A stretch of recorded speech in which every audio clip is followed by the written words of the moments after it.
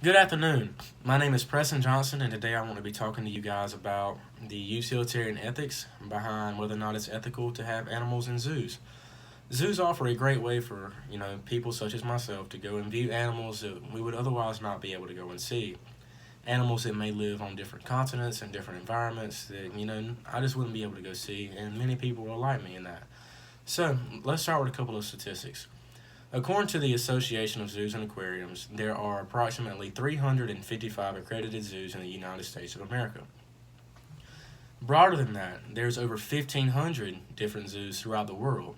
Within these 1,500 zoos, there are over 750,000 different kinds of animals, or 750,000 animals that come from over 6,000 different species. Sorry, I got those confused.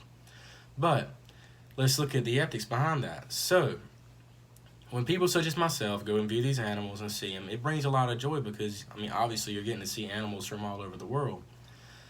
Deeper than that, though, let's say I bring a small child with me and they're able to see the animals. Well, small children read a lot of books and watch a lot of, TV that have, animal characters in them.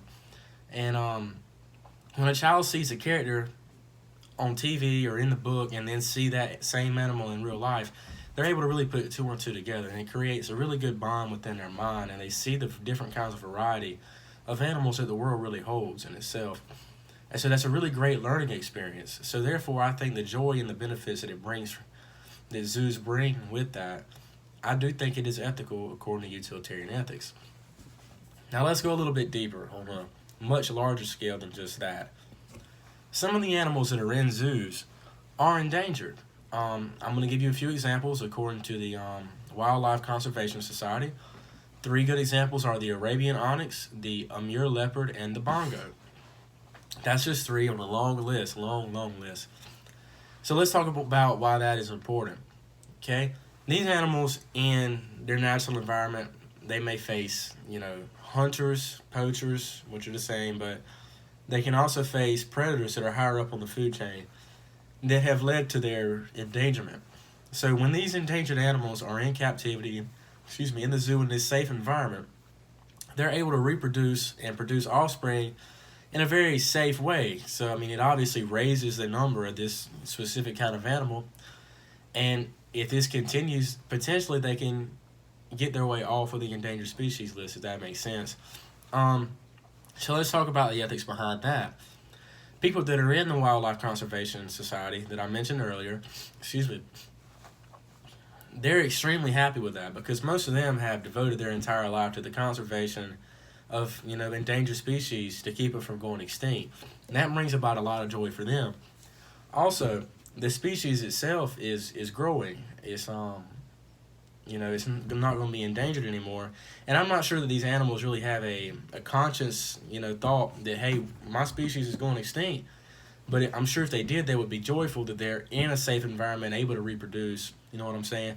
So therefore, I think this aspect of utilitarian, or I think this aspect, according to utilitarian ethics, does find this ethical. So I'm still arguing that it's ethical.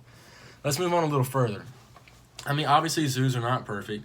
National Geographic wrote an article saying that there is cases of animal abuse in zoos. However, it's not the kind of abuse you think. They found that malnourishment and like beating, which obviously that's the first thing you're going to think about when you hear abuse. Nat Geo found that those two occurrences are extremely minute and not even worth mentioning. So we're going to stay away from that. The three things that Nat Geo found extremely bad, according to them, was making chimpanzees ride around on scooters, elephants playing basketball, and then tigers participating in gladiator style shows. Okay, so these are forms of trainers making animals do things that they normally wouldn't do. I think that would still bring joy to people, and please more people than it would hurt because that is kind of comical. I would find that funny if I saw a little cute chimp riding around on a scooter. I'd probably laugh. So therefore, I still think it's ethical. So therefore, those are the three different points that I wanted to make about zoos being ethical according to utilitarian ethics. I'm sure that zoos bring more pleasure than displeasure at the end of the day. And so, therefore, I am going to argue that zoos are ethical according to utilitarian ethics. Thank you guys so much for watching, and enjoy the rest of your day.